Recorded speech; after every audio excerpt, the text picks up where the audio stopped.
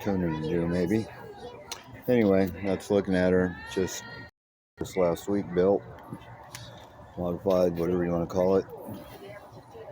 I think it's pretty damn cool. Started out as an electric little dirt bike and became that. And I'm very happy. I've got a couple gussets to throw in, but chain stays on. That's a major. Anyway, I hope you like it as much as I do. Thanks for watching.